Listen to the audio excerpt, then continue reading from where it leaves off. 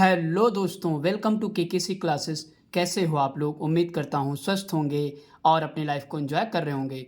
दोस्तों, आज हम लोग क्लास 10th का एक नया टॉपिक पढ़ने वाले हैं। उस टॉपिक का नाम है धातु एवं अधातु। ओके दोस्तों इस टॉपिक को इंग्लिश में क्या बोलते हैं? Metals and non metals. क्या बोलते हैं दोस्तों? Metals and non metals. Okay दोस्तों, और यह दोस्तों क्लास 10th का लेसन तीसरा होगा। ओके दोस्तों, तो आइए दोस्तों वीडियो की शुरुआत करते हैं। दोस्तों, हमारी पहली हेडिंग है धातु। धातु को इंग्लिश में क्या बोलते हैं? मेटल बोलते हैं। ओके दोस्तों, तो आइए दोस्तों सबसे पहले हम लोग धातु के बारे में पढ़ लेते हैं। वे पदार्थ जो कठोर, चमकीले, ऊष्मा तथा विद्युत के सुचालक होते हैं धातु कहलाते हैं। एक बार फिर से पढ़ेंगे। वे पदार्थ जो कठोर, चमकीले, ऊष्मा तथा विद्युत के सुचालक होते हैं धातु कहलाते हैं। ओके दोस्तों, आपको दोस्तों साफ साफ दिख रहा है कि जो धातुएं होती हैं वो कठोर होती हैं और क्या होती हैं? चमकीली भी होती हैं और ऊष्मा तथा विद्युत की सुचालक भी होती हैं। ओके दोस्तों, तो ये सारी क्या कहलाएंगी? धातुएं कहलाएंगी। आइए दोस्तों इसके एग्जाम्पल देख लेते हैं। एग्जाम्पल में दोस्तों हमने लिखा है कापर। एजी का दोस्तों मतलब होता है चांदी, एयू सोना, जिंक, मैग्नीशियम, सोडियम, पोटेशियम, और भी अपने हिसाब से एग्जाम्पल ले सकते हो। ओके दोस्तों, आई होप कि दोस्तों आपको समझ में यहाँ तक आ गया होगा। आइए दोस्तों इसके बाद हम लोग अगली हेडिंग देखते हैं। दोस्तों हमारी अगली हेडिंग है धातुओं के भौतिक गुण। तो दोस्तों हम लोग धातु के बारे में ऊपर पढ़ चुके हैं, अब हम लोग धातुओं के भौतिक गुण भी पढ़ेंगे। ओके दोस्तों, तो धातुओं के निम्न भौतिक गुण होते हैं। नंबर 1 क्या लिखा है हमने? धातुएं चमकदार होती हैं। क्या होती हैं दोस्तों? चमकदार होती हैं। ओके दोस्तों, इसके बाद नेक्स्ट पॉइंट है धातुएं ऊष्मा तथा विद्युत की सुचालक होती हैं। क्या होती हैं? ऊष्मा तथा विद्युत की सुचालक होती हैं। ओके दोस्तों, इसके बाद तीसरा पॉइंट है धातुएं कठोर होती हैं तथा ध्वनि उत्पन्न करती हैं। ओके दोस्तों, इसके बाद नेक्स्ट है धातुएं आघातवर्ध एवं तन्य होती हैं। दोस्तों यहाँ पे शब्द आया है आघातवर्ध। आघातवर्ध का मतलब होता है जिन धातुओं को हम लोग पीट पीट कर चादर के रूप में बना सकते हैं उसे आघातवर्ध कहते हैं। ओके दोस्तों, और यहाँ पे तन्य या तन्यता का मतलब क्या होता है? दोस्तों जिन धातुओं को हम लोग पतले तार के रूप में बना सकते हैं उसे क्या कहते हैं? तन्य या तन्यता कहते हैं। ओके दोस्तों, इसके बाद दोस्तों हम लोग पांचवा पॉइंट देखते हैं। पारे को छोड़कर सभी धातुएं ठोस अवस्था में पाई जाती हैं। फिर से पढ़ेंगे एक बार। पारे को छोड़कर सभी धातुएं ठोस अवस्था में पाई जाती हैं। ओके दोस्तों, आई होप कि दोस्तों आपको भौतिक गुण समझ में आ गए होंगे। इसके बाद दोस्तों हम लोग आगे पढ़ते हैं। दोस्तों आगे हमने यहाँ पे मोस्ट इम्पॉर्टेंट नोट्स लिख रखा है जो कि इसके अंतर्गत 5 पॉइंट हैं। तो आइए दोस्तों एक एक करके हम लोग सारे पॉइंट को पढ़ते हैं। यहाँ पे दोस्तों पहला पॉइंट हमने लिखा है चांदी ऊष्मा तथा विद्युत की सबसे अच्छी सुचालक या चालक है। दोस्तों सुचालक कहिए या चालक कहिए, एक ही मतलब है। ओके दोस्तों, तो यहाँ पे अक्सर क्वेश्चन पेपर में आता है कि ऊष्मा तथा विद्युत का सबसे अच्छा चालक कौन है? तो आपको आंसर में क्या बताना है? चांदी। ओके दोस्तों, तो यहाँ पे दोस्तों मैंने 3 धातुएं लिख रखी हैं। तो सबसे पहले चांदी लिखा है, उसके बाद तांबा, फिर एल्युमिनियम। ओके दोस्तों, तो सबसे अच्छा ऊष्मा तथा विद्युत का चालक कौन है? तो चांदी हो जाएगा। और दूसरे नंबर पे कौन आएगा? तो तांबा आएगा। और तीसरे नंबर पे क्या आएगा? एल्युमिनियम आएगा। ओके दोस्तों, आई होप कि दोस्तों ये पॉइंट आपको समझ में आ गया होगा। इसके बाद हम लोग दूसरा पॉइंट देखते हैं। दूसरा पॉइंट में है सोडियम तथा पोटेशियम मुलायम धातुएं हैं जिन्हें हम चाकू से काट सकते हैं। ओके दोस्तों, तो ध्यान रखिएगा अक्सर क्वेश्चन आ जाता है पेपर में कि कौन कौन सी धातुओं को हम लोग चाकू से काट सकते हैं। तो सोडियम और पोटेशियम को। ओके दोस्तों, आई होप कि दोस्तों आपको दोनों पॉइंट समझ में आ गए होंगे। इसके बाद हम लोग अगला पॉइंट देखते हैं। इसके बाद दोस्तों हमारा तीसरा पॉइंट है। तीसरा पॉइंट क्या कह रहा है? सीसा की ऊष्मी एवं विद्युत चालकता सबसे कम होती है। ओके दोस्तों, तो ध्यान रखिएगा ये पॉइंट। सीसा को दोस्तों इंग्लिश में क्या बोलते हैं? तो लेड बोलते हैं। सीसा का सिंबल क्या होता है? PB होता है। ओके दोस्तों, तो अक्सर क्वेश्चन पेपर में आता है कि ऊष्मी एवं विद्युत चालकता सबसे कम किसकी होती है? तो सीसा की होती है। ओके दोस्तों, इसके बाद हम लोग चौथा पॉइंट देखते हैं। चौथा पॉइंट कह रहा है सबसे अधिक आघातवर्ध धातु सोना होती है। ओके दोस्तों, हमने आपको बता रखा है कि आघातवर्ध का मतलब क्या होता है? जिन धातुओं को हम लोग पीट पीट कर एक पतली चादर के रूप में बना सकते हैं उसे क्या कहते हैं? आघातवर्ध कहते हैं। तो उसमें सोना जो है धातु सबसे नंबर 1 पे आती है। ओके दोस्तों, इसके बाद हमारा 5वां पॉइंट है मरकरी यानी कि पारा को छोड़कर सभी धातुएं कमरे के ताप पर ठोस अवस्था में पाई जाती हैं। ओके दोस्तों, तो ये क्वेश्चन बहुत ही इंपॉर्टेंट है। अक्सर क्वेश्चन क्या बनता है इससे, कौन सी धातु कमरे के ताप पर द्रव अवस्था में पाई जाती है, तो आपका आंसर क्या हो जाएगा, पारा। पारा को दोस्तों क्या बोलते हैं इंग्लिश में, मरकरी। ओके दोस्तों, आई होप कि दोस्तों आपको सारे पॉइंट समझ में आ गए होंगे। इसके बाद दोस्तों हमारी अगली हेडिंग है अधातु। दोस्तों अधातु को इंग्लिश में क्या बोलते हैं, तो नॉन मेटल्स बोलते हैं। ओके दोस्तों, तो आइए दोस्तों इसके बारे में हम लोग पढ़ लेते हैं। वे तत्व जो ऊष्मा तथा विद्युत के कुचालक होते हैं तथा जिनमें धात्विक गुण नहीं पाया जाता है उसे अधातु कहते हैं। ओके दोस्तों, जस्ट दोस्तों धातु का क्या होता है, अपोजिट इसमें गुण होते हैं। ओके दोस्तों, इसमें क्या होता है, ऊष्मा तथा विद्युत के जो भी अधातु होंगे वो क्या होंगे, कुचालक होंगे। ओके दोस्तों, और इसमें धात्विक गुण जो है वो नहीं पाया जाता है। ओके दोस्तों, तो आइए दोस्तों इसके एग्जाम्पल देख लेते हैं। एग्जाम्पल में दोस्तों हमने लिखा है नाइट्रोजन, ऑक्सीजन, फास्फोरस, क्लोरीन आदि, और अपने हिसाब से अधातुएं ले सकते हो। ओके दोस्तों, आई होप कि दोस्तों यहाँ तक आपको समझ में आ गया होगा। इसके बाद दोस्तों हम लोग अगली हेडिंग देखते हैं। दोस्तों हमारी अगली हेडिंग है अधातुओं के भौतिक गुण। तो आइए दोस्तों हम लोग अधातुओं के भौतिक गुण भी पढ़ लेते हैं। अधातुओं के निम्न भौतिक गुण होते हैं। नंबर 1 पॉइंट दोस्तों हमने क्या लिखा है, अधातुएं ऊष्मा तथा विद्युत की कुचालक होती हैं। फिर से पढ़ेंगे एक बार, अधातुएं ऊष्मा तथा विद्युत की कुचालक होती हैं। ओके दोस्तों, इसके बाद नेक्स्ट पॉइंट है अधातुएं मुलायम तथा भंगुर होती हैं। दोस्तों यहाँ पे शब्द आया भंगुर। भंगुर का मतलब होता है जो आसानी से टूट जाए। ओके दोस्तों, उसे क्या कहते हैं, भंगुर कहते हैं। इसके बाद दोस्तों हमारा तीसरा पॉइंट है अधातुएं चमकदार नहीं होती हैं। क्या होती हैं, अधातुएं जो होती हैं वो चमकदार नहीं होती हैं। ओके दोस्तों, इसके बाद हमारा चौथा पॉइंट है अधातुएं सामान्य ताप पर ठोस, द्रव तथा गैस तीनों अवस्था में पाई जाती हैं। एक बार फिर से पढ़ेंगे, अधातुएं सामान्य ताप पर ठोस, द्रव तथा गैस तीनों अवस्था में पाई जाती हैं। ओके दोस्तों, आई होप कि दोस्तों आपको अधातुओं के भौतिक गुण समझ में आ गए होंगे।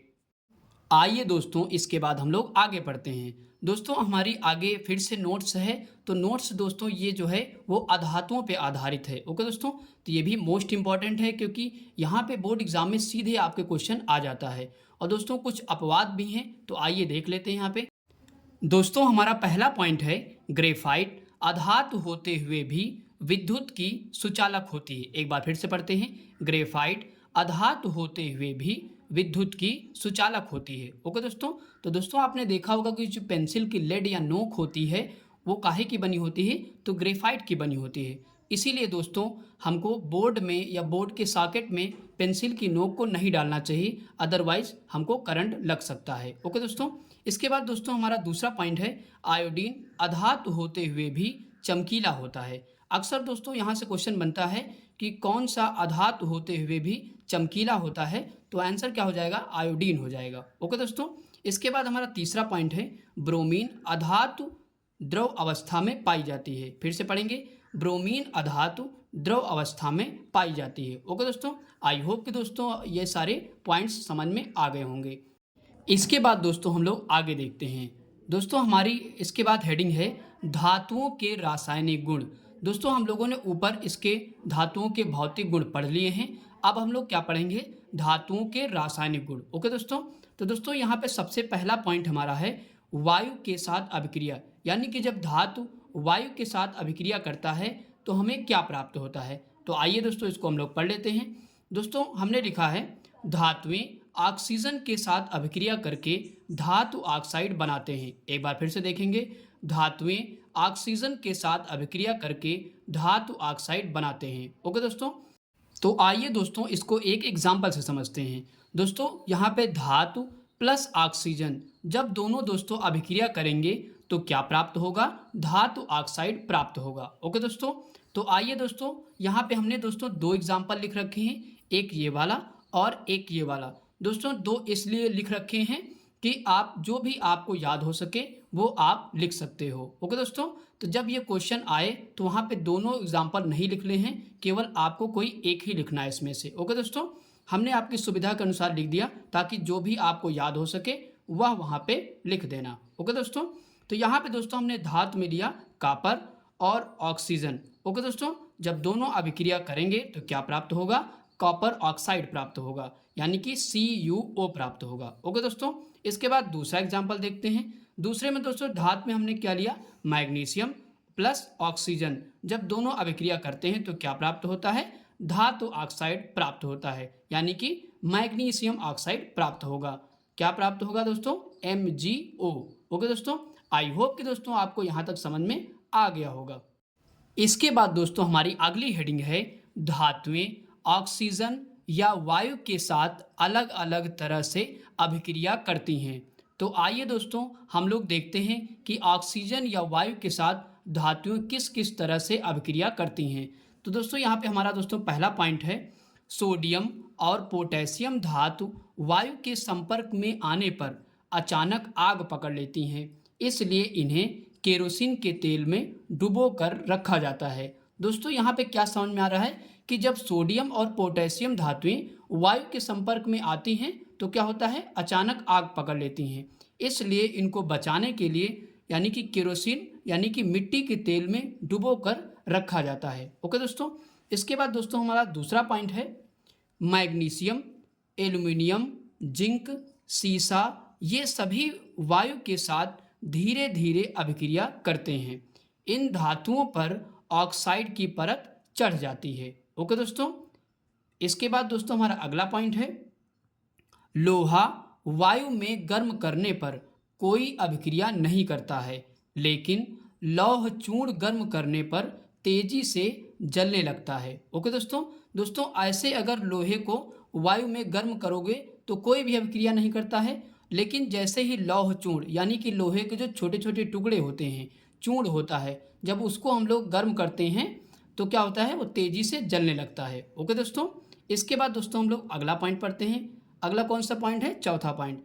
दोस्तों चौथा पॉइंट कह रहा है, कॉपर जब वायु के संपर्क में आता है तो उस पर काले रंग की परत चढ़ जाती है। ओके दोस्तों, कॉपर को जब वायु के संपर्क में दोस्तों जब आता है तो क्या होता है, उस पर काले रंग की परत चढ़ जाती है। ओके दोस्तों, इसके बाद दोस्तों हमारा पांचवा पॉइंट है, चांदी और सोना वायु के साथ अभिक्रिया नहीं करते। ओके दोस्तों, फिर से पढ़ेंगे, चांदी और सोना वायु के साथ कोई भी अभिक्रिया नहीं करते हैं। ओके दोस्तों, आई होप कि दोस्तों यहाँ तक आपको समझ में आ गया होगा। इसके बाद दोस्तों हम लोग आगे देखते हैं। दोस्तों हमारी अगली हेडिंग है, उभयधर्मी ऑक्साइड। तो आइए दोस्तों इसको भी हम लोग पढ़ लेते हैं। वे धातु ऑक्साइड जो अम्ल तथा क्षारक दोनों से अभिक्रिया करते हैं और उत्पाद में जल तथा लवण बनाते हैं, उसे क्या कहते हैं, उभयधर्मी ऑक्साइड कहते हैं। ओके दोस्तों, तो आइए दोस्तों इसको एक एग्जाम्पल से समझते हैं। दोस्तों हमने यहाँ पे एल्युमिनियम ऑक्साइड का एग्जाम्पल लिया है, आप और भी यहाँ पे दोस्तों एग्जाम्पल ले सकते हो। ओके दोस्तों, तो आइए दोस्तों हम लोग इसको समझ लेते हैं। दोस्तों हमने यहाँ पे Al2O3 यानी कि एल्युमिनियम ऑक्साइड लिया और किससे अभिक्रिया कराई दोस्तों, अम्ल से। अम्ल में दोस्तों क्या लिया, HCl लिया। ओके दोस्तों, जब दोनों की हमने क्या कराई, अभिक्रिया करा दी, तो हमको क्या प्राप्त हुआ, लवण प्राप्त हुआ और प्लस जल प्राप्त हुआ। ओके दोस्तों, लवण में दोस्तों क्या प्राप्त हुआ, AlCl3 प्राप्त हुआ, यानी कि एल्युमिनियम क्लोराइड प्राप्त हुआ। ओके दोस्तों, क्या पढ़ेंगे इसको, एल्युमिनियम क्लोराइड पढ़ेंगे। ओके दोस्तों, इसके बाद दोस्तों दूसरा देखते हैं। यहाँ पे दोस्तों जब हमने Al2O3 की अभिक्रिया किससे कराई, क्षारक से कराई। दोस्तों यहाँ पे हमने लिख रखा है अम्ल तथा क्षारक दोनों से अभिक्रिया करते हैं, तो हमने पहले क्या किया, अम्ल से अभिक्रिया कराया, उसके बाद अब किससे कराएंगे, तो क्षारक से कराएंगे। ओके दोस्तों, Al2O3 प्लस 2NaOH, यानी कि हमने क्या किया, एल्युमिनियम ऑक्साइड लिया और क्षारक में क्या लिया दोस्तों, सोडियम हाइड्रोक्साइड लिया। जब दोनों की हमने अभिक्रिया कराई तो क्या प्राप्त हुआ, सोडियम एल्यूमिनेट प्राप्त हुआ। क्या प्राप्त हुआ, सोडियम एल्यूमिनेट प्राप्त हुआ। ओके दोस्तों, यानी कि ये क्या है, लवण है। ओके दोस्तों, इसको क्या पढ़ेंगे, NaAlO2। ओके दोस्तों, और क्या प्राप्त हुआ, और जल प्राप्त हुआ। ओके दोस्तों, आई होप कि दोस्तों आपको समझ में यहाँ तक आ गया होगा। इसके बाद दोस्तों हम लोग आगे बढ़ते हैं। दोस्तों हमारी अगली हेडिंग है, धातुओं की जल के साथ अभिक्रिया। दोस्तों हमारे जो धातुओं के रासायनिक गुण चल रहे थे उसमें हमने पहला पॉइंट देख लिया है, ये हमारा दूसरा पॉइंट है। दूसरा पॉइंट क्या है कि धातुओं की जब हम लोग जल से अभिक्रिया कराते हैं तो हमें क्या प्राप्त होता है। ओके दोस्तों, तो आइए दोस्तों इसको हम लोग पढ़ लेते हैं। धातुएं जब जल के साथ अभिक्रिया करती हैं तो हाइड्रा ऑक्साइड बनता है तथा हाइड्रोजन गैस मुक्त होती है। ओके दोस्तों, एक बार फिर से पढ़ लेते हैं। धातुएं जब जल के साथ अभिक्रिया करती हैं तो हाइड्रोक्साइड बनता है तथा हाइड्रोजन गैस मुक्त होती है। ओके दोस्तों, तो आइए दोस्तों इसको एक एग्जाम्पल से समझते हैं ताकि और बेहतर तरीके से समझ में आ जाए। एग्जाम्पल में दोस्तों हमने दो एग्जाम्पल ले रखे हैं, तो दोनों आपको एग्जाम में नहीं लिखना है, आपकी सुविधा के अनुसार मैंने लिखा है, आप कोई वहाँ पे केवल एक ही लिखेंगे। ओके दोस्तों, जो इसमें से दोनों में से याद हो जाए आपको आसानी से। ओके दोस्तों, तो यहाँ पे दोस्तों धातु लिया और जल जब दोनों की हमने अभिक्रिया कराई तो हमें क्या प्राप्त हुआ, हाइड्रा ऑक्साइड प्राप्त हुआ प्लस हाइड्रोजन गैस प्राप्त हुई। ओके दोस्तों, तो यहाँ पे दोस्तों एग्जाम्पल पहला देखते हैं। धातु में दोस्तों हमने क्या लिया, Na यानी कि सोडियम लिया और प्लस जल जब दोनों की अभिक्रिया कराई तो क्या प्राप्त हुआ, हाइड्रोक्साइड यानी कि कौन सा हाइड्रोक्साइड, तो सोडियम हाइड्रोक्साइड प्राप्त हुआ। ओके दोस्तों, और प्लस हाइड्रोजन गैस क्या होगी, मुक्त हो गई, यानी कि हाइड्रोजन गैस मुक्त हो गई। ओके दोस्तों, इसके बाद दोस्तों दूसरा देखते हैं। दूसरे में धातु में हमने क्या लिया, पोटेशियम लिया। ओके दोस्तों, जब पोटेशियम की हमने जल के साथ अभिक्रिया कराई तो हमें क्या प्राप्त होगा, हाइड्रोक्साइड, काहे का हाइड्रोक्साइड, पोटेशियम हाइड्रोक्साइड। ओके दोस्तों, प्राप्त हुआ और इसके बाद हाइड्रोजन गैस क्या हो गई, मुक्त हो गई। ओके दोस्तों, तो आई होप कि दोस्तों यहाँ तक आपको समझ में आ गया होगा। इसके बाद दोस्तों हम लोग आगे बढ़ते हैं। दोस्तों हमने यहाँ पे एक डायग्राम बना रखा है और यहाँ पे धातु लिख रखा है। दोस्तों आपको पता है कि बहुत सी ऐसी धातुएं हैं जो ठंडे जल के साथ अभिक्रिया करती हैं, बहुत सी धातुएं ऐसी होती हैं जो गर्म जल के साथ अभिक्रिया करती हैं। तो इस डायग्राम के माध्यम से हम लोग समझने का प्रयास करते हैं। तो आइए दोस्तों एक एक करके यहाँ पे हम लोग पढ़ लेते हैं। दोस्तों यहाँ पे हमने लिख रखा है ठंडे जल के साथ क्रियाशील धातुएं, तो कौन कौन सी होगी, सोडियम, कैल्शियम, पोटेशियम। फिर से एक बार पढ़ेंगे, सोडियम, कैल्शियम, पोटेशियम। दोस्तों ये तीनों धातुएं जो हैं वो ठंडे जल के साथ अभिक्रिया करती हैं। अक्सर दोस्तों क्वेश्चन पेपर में आ जाता है।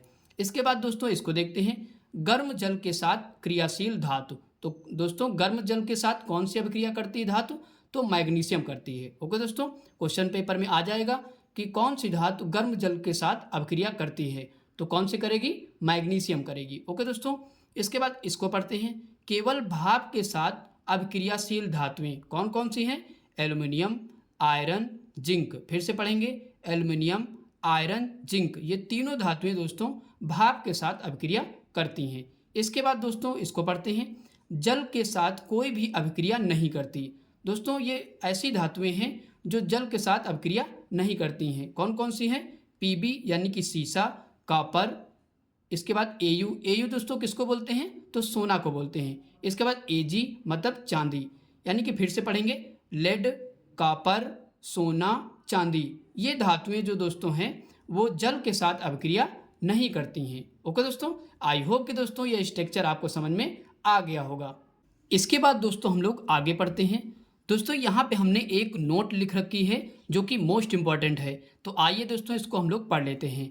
कैल्शियम तथा मैग्नीशियम जल के साथ अभिक्रिया करने पर तैरने लगते हैं। ओके दोस्तों, क्योंकि हाइड्रोजन गैस के बुलबुले धातु के साथ चिपक जाते हैं। ओके दोस्तों, तो यहाँ पे दोस्तों यह समझ में आ रहा है कि कैल्शियम और मैग्नीशियम जब जल के साथ अभिक्रिया करते हैं तो पानी पर क्या होते हैं, तैरने लगते हैं। क्यों तैरने लगते हैं, क्योंकि हाइड्रोजन गैस के जो बुलबुले होते हैं वो धातु के साथ चिपक जाते हैं। ओके दोस्तों, आई होप कि दोस्तों यहाँ तक आपको समझ में आ गया होगा।